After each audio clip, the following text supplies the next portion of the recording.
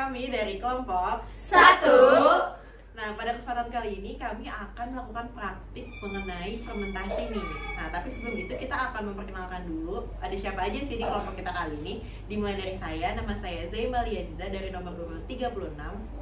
Saya Marsyana Daryawan dari nomor absen 20. Saya Oksana Ramidhani dari nomor absen 25. Saya Nabila Lisnawati dari absen 22. Saya Vena Kalista dari nomor absen 10. Saya Sarah Rafana Zira Pramesti dari nomor urut 28. Saya Dinda Putrian Zalitang nomor urut 1. Saya Siti Naila Fauzia dari absen 32. Saya Gilang Ramadan dari absen 13. Jadi fermentasi adalah proses pengubahan suatu zat menjadi zat yang lain yang dapat dilakukan oleh mikroorganisme tertentu seperti bakteri dan jamur dalam keadaan tertentu dan dapat dilakukan dalam kondisi seperti aerob dan anaerob. Nah, salah satu bentuk fermentasi adalah yogurt yang akan kita buat pada hari ini. Yogurt merupakan minuman fermentasi yang kaya akan probiotik atau mikroorganisme hidup yang baik untuk tubuh. Biasanya kita sebut sebagai bakteri baik. Nah, mau tahu bagaimana cara kita bikin yogurt? Check it out! Lalu alat yang kita gunakan untuk membuat yogurt kali ini yaitu ada panci. Di sini pancinya untuk mendidihkan si susunya. Lalu ada centong, sendok, dan ada wadah untuk kita menaruh yogurt yang akan kita buat. Oh ya, bahannya mana ya? Bahannya? Ini untuk bahannya sendiri, ada yang pertama tuh susu full cream, dan yang kedua yang kita gunakan adalah bibit yogurt.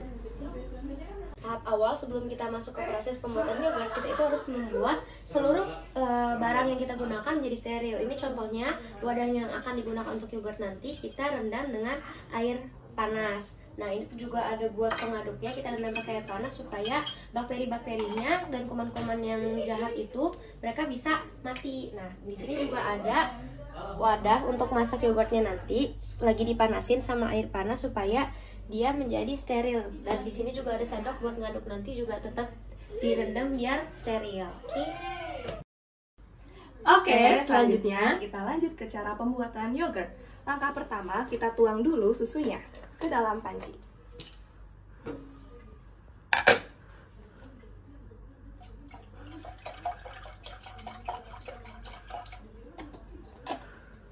Setelah itu, kita tutup pancinya dan nyalakan kompor dengan api kecil.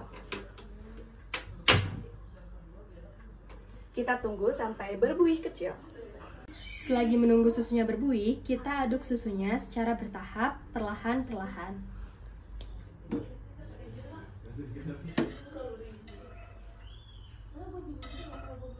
Setelah berbuih, kita dinginkan susunya terlebih dahulu. Baru nanti setelah dingin, kita masukkan yogurtnya.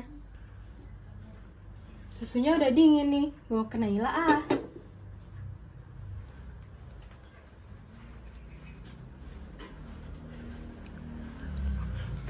Nah, ini susunya udah dingin. Lama banget sih, Sar. Ya kan nunggu susunya dingin dulu. Mau dituang sekarang bibit yogurtnya?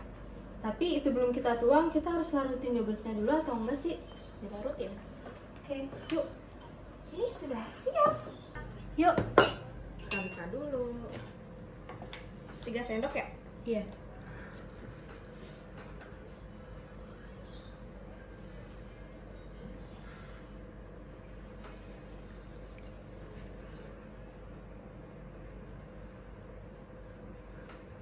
Besar susunya.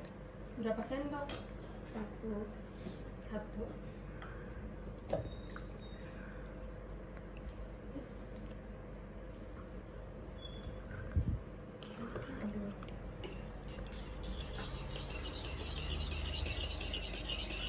Nah, teman-teman, larutan yogurtnya sudah jadi, tinggal kita tuangkan ke dalam susunya.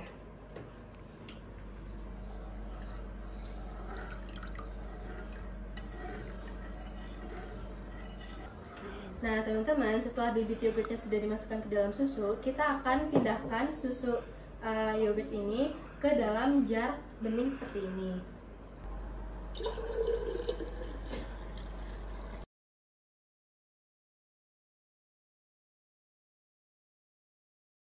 Pada tahap ini, kami membalut yogurtnya dengan lap dan menyimpannya di lemari yang tertutup dengan durasi kurang lebih 24 jam.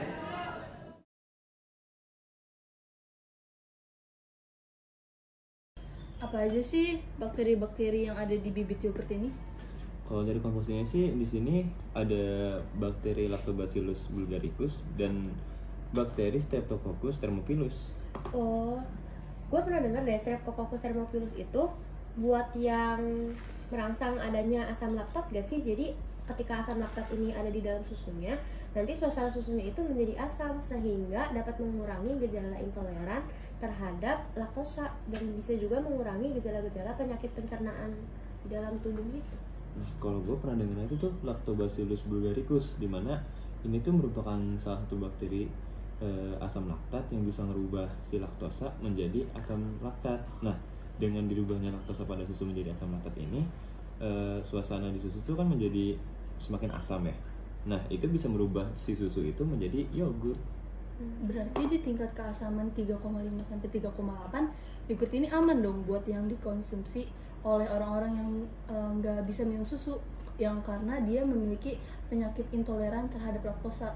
Aman-aman sih. Yang mana berarti asam laktat yang di yogurt ini merupakan asam laktat yang mampu mengurangi gejala tumbuhnya bakteri jahat ya, yang bakal bisa merubah kandungan yogurtnya. Yang berarti asam laktat itu disebut juga pengawet alami ya untuk yogurt ini. Wah, Iya benar-benar sih. keren sih, mantap. Nah, sih. Nah, selanjutnya saya akan menjelaskan rincian dari cara fermentasi yogurt. Itu ada beberapa tahapan. Tahapan yang pertama ini disebut dengan tahapan pasteurisasi. Pasteurisasi itu apa sih? Pasteurisasi adalah tahap memanaskan susu hingga ke suhu 70 sampai 80 derajat Celcius dalam waktu 10 sampai 15 menit sambil diaduk secara perlahan. Nah, setelah kita memastikan nih susunya tuh benar-benar panas, tahap yang kedua, kita tuh harus mendinginkan susunya sampai ke suhu 37 sampai 45 derajat Celcius. Di sini kita harus memastikan bahwa susunya itu tuh betul-betul dingin ya, teman-teman. Setelah kita melewati dua tahap pertama, tahap yang ketiga adalah tahap inokulasi. Apa sih tahap inokulasi itu? Tahap inokulasi adalah tahap memberikan atau mencampurkan bibit bakteri ke dalam susunya. Nah, pada praktek kali ini kami tuh menggunakannya dari merek Cimory Grape, teman-teman. Jadi si bibit dari bakterinya ini dicampurkan dengan susu sampai betul-betul tercampur rata, teman-teman. Kalau seandainya si inokulasinya ini sudah selesai, nah kita bisa langsung masuk ke tahap yang keempat. Tahap keempat itu apa sih? Tahap yang keempat adalah memasukkan si susu yang sudah dicampur dengan bibit dari yogurtnya ini ke dalam tempat yang tertutup rapat. Jadi kita harus memastikan tidak ada yang namanya ruang untuk oksigen atau udara masuk ke dalamnya. Setelah kita sudah taruh di dalam tempat itu, kita tutup rapat, kita lapisi kain, lalu kita letakkan di ruangan yang hangat dengan suhu yang mungkin kira-kira sekitar 30 sampai 40 derajat Celcius. Kita taruh di sana dan itu tidak boleh dibuka dan tidak boleh terkena cahaya ataupun udara sedikit pun. Nah, tahap selanjutnya nih yaitu tahap yang kelima. Setelah kita selesai masa fermentasi sekitar kurang lebih 24 jam, yang kelima ini adalah tahap filtrasi, yaitu tahap penyaringan, di mana kita akan memisahkan yang bagian cair dari yogurt dan bagian yang padat dari yogurt. Jadi bagian padat ini adalah bagian dari yogurt yang akan kita konsumsi, sedangkan bagian yang cair adalah bagian di mana tempatnya Lactobacillus bulgaricus itu ada. Nah, bagian cair ini bisa digunakan kembali untuk tahap inokulasi pada susu segar.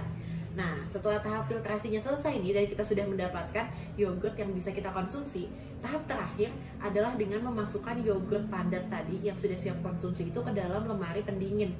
Kenapa? Fungsinya ini adalah untuk menghentikan proses fermentasi. Jadi dengan dimasukkan ke dalam kulkas, proses fermentasinya itu akan selesai, teman-teman. Nah, teman-teman tahu nggak sih kalau misalnya kita melakukan fermentasi kepada susu dan lalu itu dijadikan yogurt, itu akan membuat masa penyimpanan dari susu ini tuh lebih lama. Jadi nggak cepet basi, teman-teman. Itu akan lebih lama disimpannya sekitar 2 sampai 3 minggu lebih lama daripada susu segar yang tidak difermentasi. Nah, itu dia nih rincian tahapan dari fermentasi yogurt. Semoga teman-teman bisa coba juga ya di rumah. Oke, selanjutnya saya akan menjelaskan bagaimana proses perubahan susu yang cair menjadi yogurt yang kental. Nah, di dalam bibit yogurt ini terdapat enzim yang bernama enzim beta-galaktosidase yang dapat membantu penguraian laktosa di dalam susu menjadi glukosa dan galaktosa. Nah, galaktosa ini akan diuraikan kembali menjadi glukosa. Bagaimana caranya? Saya akan menampilkan gambarnya. Nah, setelah itu glukosa akan mengalami proses yang namanya glikolisis. Nah, seperti yang kita tahu bahwa glikolisis ini pemecahan gula menjadi sederhana yang menghasilkan 2 ATP, 2 NADH, dan 2 asam pirufat. Nah, yang akan digunakan lebih lanjut adalah 2 asam pirufat dan 2 NADH. Nah, 2 asam pirufat ini akan mendapatkan elektron dari NADH, dan NADH akan melepaskan ion H+-nya menjadi NAD+. Nah, NAD+ ini akan kembali ke proses glikolisis. Nah, tadi asam pirufat yang sudah mendapatkan elektron dari NADH akan berubah menjadi asam laktat. Nah, asam laktat inilah yang mempunyai peran merubah rasa menjadi asam dan mengubah susu yang tadinya cair menjadi kental. Jadi teman-teman, udah jadi nih hasil dari fermentasi yogurt kita. Silakan dibuka, Marsha. Ini guys, jadi kesimpulannya itu susu yang sudah kita olah sedemikian rupa, sudah kita fermentasi itu akhirnya bisa berubah menjadi yogurt, dan teksturnya itu jadi kental banget ya teman-teman ya. Dan susunya pun jadi tidak terlalu strong teman-teman, dan mulai dan rasanya itu sudah seperti yogurt yang bisa dibeli di supermarket. Nah, lanjutin gimana guys? Nah, kesimpulan pada praktik kita pada kali ini, ternyata dari hasil atau dari proses yang sudah kita kemarin buat, itu yogurt yang kami hasilkan cukup bagus kualitasnya dan sudah mirip dengan yogurt-yogurt yang dijual di pasaran. Nah, semoga apa yang kami tampilkan dari awal sampai pada saat ini bisa menjadi manfaat bagi teman-teman semua. Akhir kata kami ucapkan wassalamualaikum warahmatullahi wabarakatuh. Excuse me, you look